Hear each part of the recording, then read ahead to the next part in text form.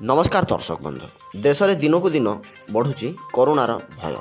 23 जन विदेश फेरंता संक्रमण पर कड़ाकड़ी होती कटकणा चीन में प्रलय करुच्ची कोरोनार चतुर्थ लहरी एपटे देश में भय बढ़ाऊँच संक्रमण को रोकने केंद्र सरकार एवं राज्य सरकार विभिन्न कोविड गाइडलाइन को कड़ाकड़ी किंतु विदेश फेरुवा लोकों नहीं अधिक चिंता बढ़ाऊँच कोरोनार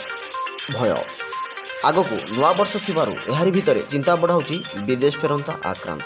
सबु हस्पिटाल कड़ाकड़ी करने को हस्पिटाल मकडिल कार्यक्रम आरंभ कर सरकार पूर्व वर्ष सारा देश में कोरोना को नहीं संघर्ष परिस्थिति देखा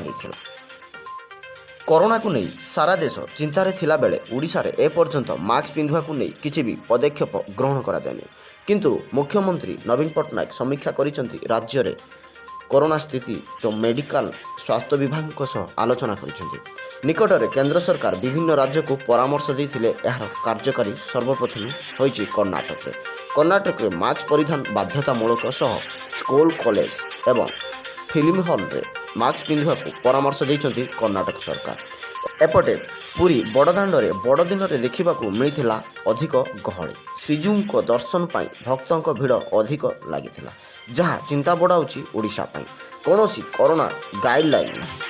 जहाँफल चिंता बढ़ाऊँच पुरीर भक्तों समावेश।